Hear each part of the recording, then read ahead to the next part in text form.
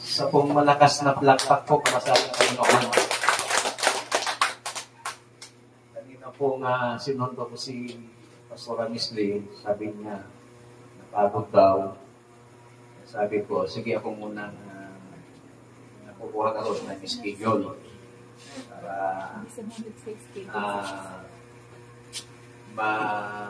makapagpahinga ka dahil medyo malayo din po yung kanya pong ginyahin.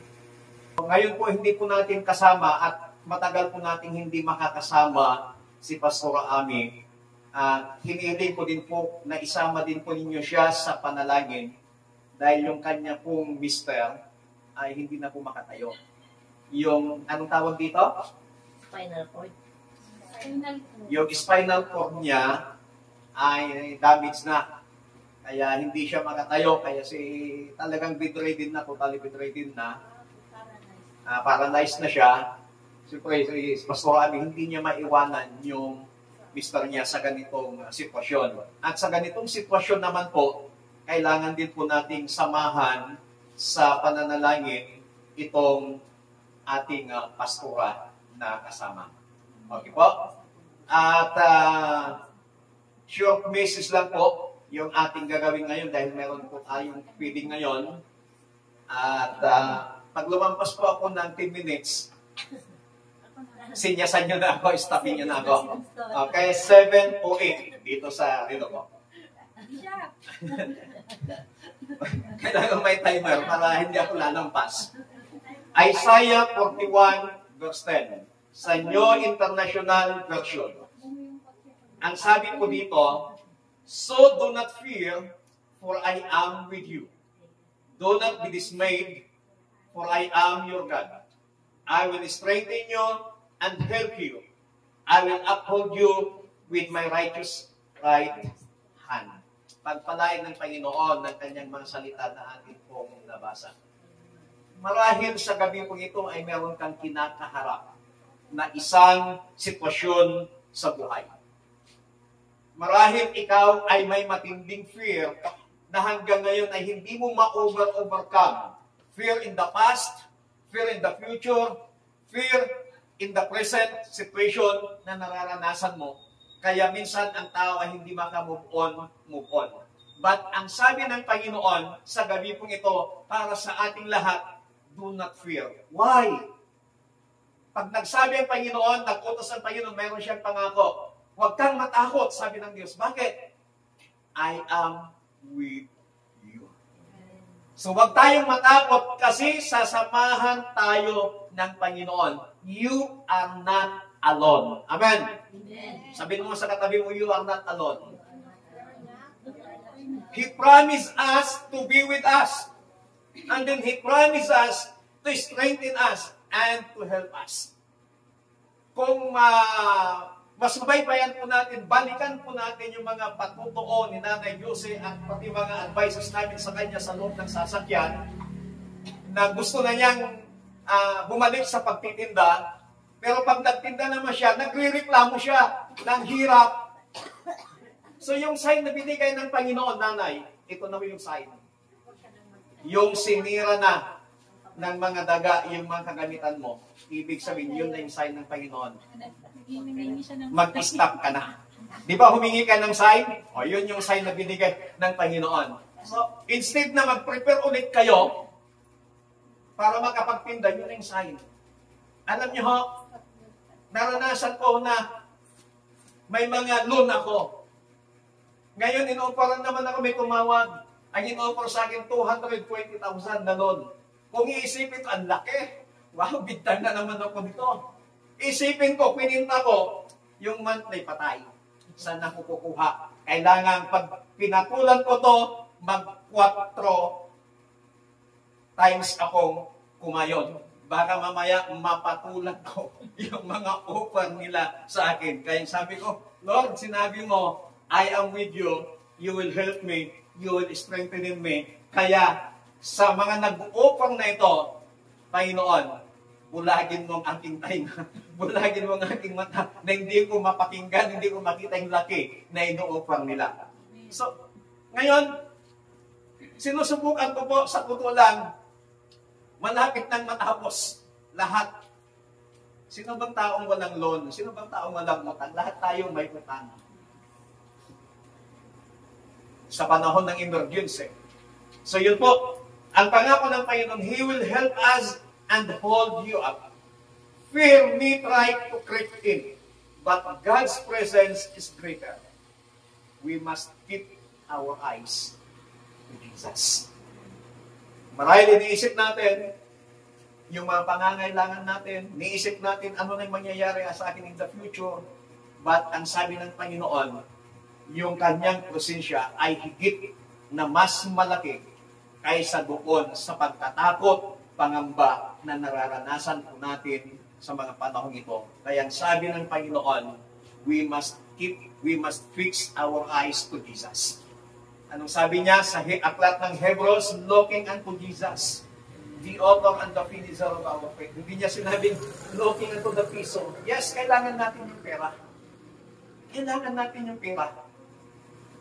Pag humingi tayo, katulad niyan si Jasper po, na anong tawag doon? Nag-disciplinary action na naman. Papurin ko siya ng company. Ilang araw na naman siyang hindi papasok. Magre-reklamo na naman siya. Sabi ko sa kanya kaninang umaga, yes. Isipin mo, yung trabaho mayroon ka ngayon, maraming naghahangad na magkatrabaho. Kaya, dapat pag nagtrabaho ka dyan, huwag lamang tingnan yung sahod. Magtrabaho ka na, mahalin mo ang trabaho mo. Kasi hiningi mo yung work na yan, tatlo yung nagsabay-sabay na tumawag sa'yo. Ngayon, ang prayer mo sa Panginoon, kung sino yung mas mauna na tawagin ako para ma-interview. Ngayon, nauna ang KKK Gasoline Station. Yun yung hiningi mong palatandaan. Ngayon, may mga problema na nararanasan. Hindi yun yung dahilan para ikaw bumitaw. Hindi yun yung dahilan para labanan mo yung management o kung ano pa man. Kasi lahat ng company may mga problema, lahat ng mga churches may mga pinagdadaanan. But this evening, do not look for a bitter church. Do not look for a bitter pastor. But be a bitter Christian. Amen. Amen. Huwag natin tingnan na yung paano kagaling yung pastor, gaano kaganda ang simbahan, ba't tingnan mo yung sarili mo, paano mo mapapaganda ang buhay mo bilang isang mananampalataya. Ayan, sabi ng Panginoon sa gabing ito, do not fear, for I am with you. Do not be dismayed, for I am your God. I will strengthen you and help you. I will uphold you with my righteous right hand. Huwag tayong matakot. Sabihin mo nga sa katabi mo, do not fear. Do not fear, Mami. God is with you. Kahit tayo pong lahat ay tumayo, nakikita ko na si Pastora Nisle. Gusto na niyang magsinyas.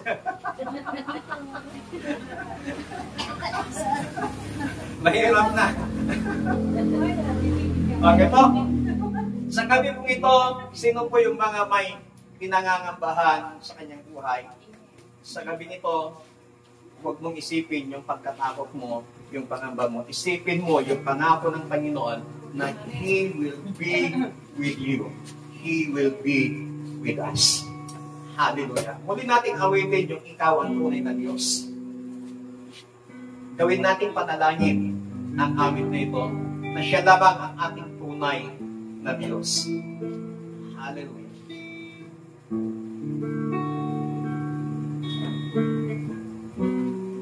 Oh, we praise you, Jesus. Hallelujah.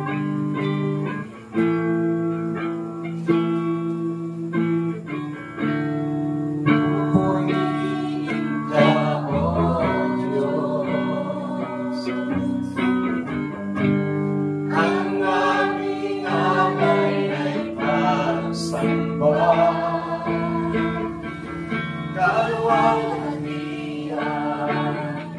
Kung pangalan, kapangyarihan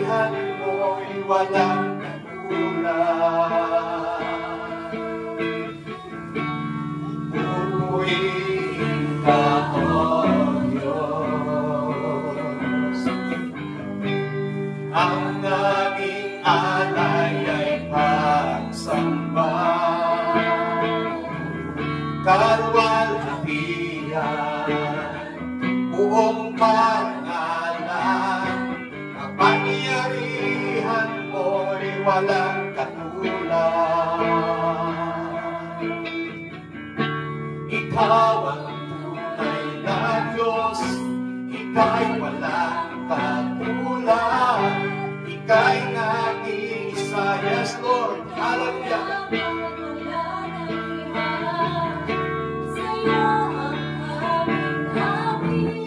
Oh, glory, hallelujah. Sisigaw sa buong mundo, ikaw ang tunay na Diyos, hallelujah. Na ikaw ang tunay na Diyos, ika'y walang katulad, ika'y nag-iisa, ikaw lamang, wala nang iba. Sa'yo ang aming awit, dinggin ang aming tinig, isisigaw sa buong mundo, isisigaw sa buong mundo, hallelujah. Isisigaw sa buong mundo.